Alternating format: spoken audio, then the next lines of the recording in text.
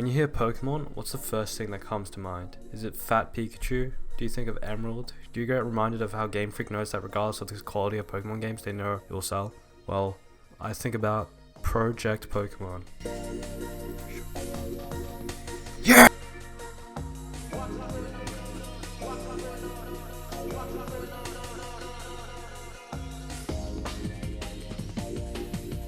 Basically what it was is like an online Roblox Pokemon game. It was like a copy of Gen 1 but had all the Pokemon till Gen 7, before it got the hammer from Nintendo.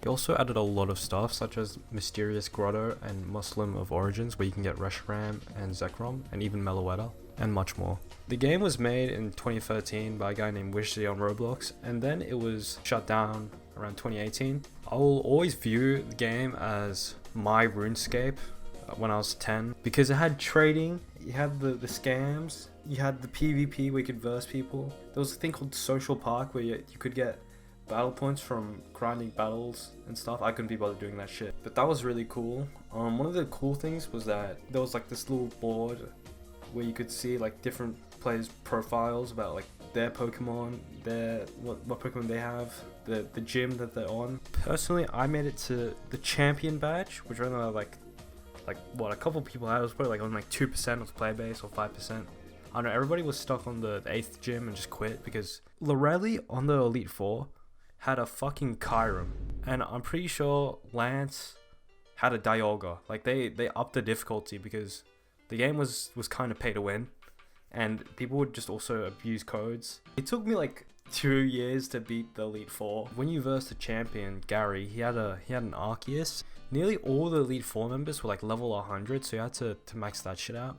The cool thing about this game too was that when you got the champion badge, it allowed you to catch more Pokemon that you would only get if you were the champion, like Dialga, Palkia, Giratina, Kyurem, Keldeo, Spiritomb. Also, another cool thing about Project Pokemon was that they added another layer to shinies, which was auras.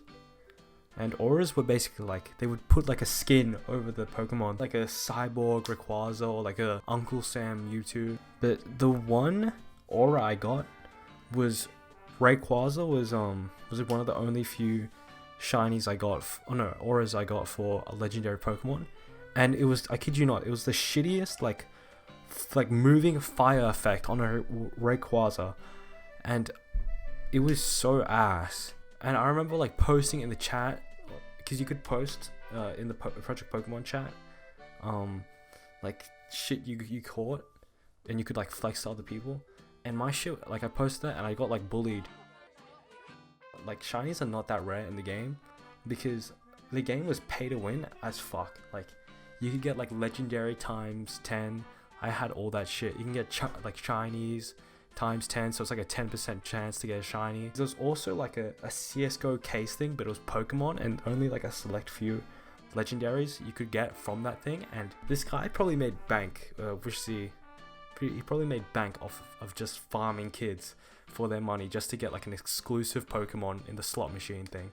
It was it was basically like CSGO cases but in Pokemon. You would see some like pretty like no life shit with like skin Pokemon, like all this like rare shit that like some guy who would never leave his fucking computer would be doing.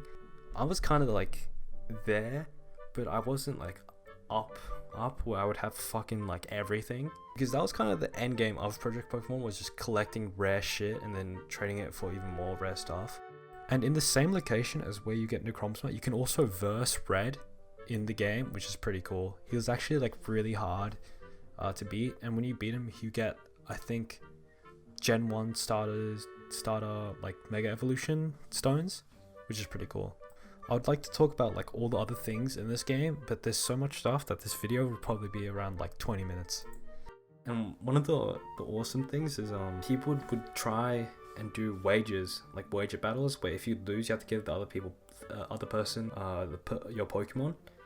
But the thing with this is that there wasn't actually a function to do wagers, so it was basically like you promise the other person that you're gonna give the other Pokemon your Pokemon if you lose, but nobody did that. It was basically like people would agree on wagers, but it would actually just be battles because nobody would trade their shit. When Project Pokemon got shut down, I just moved on, like I had to, started playing more FPS games and shit like that, or only playing them because Project Pokemon was like the only non-FPS game I was playing. And when Pokemon Sword came out and I bought it and played it, I was just really disappointed in how shit it was.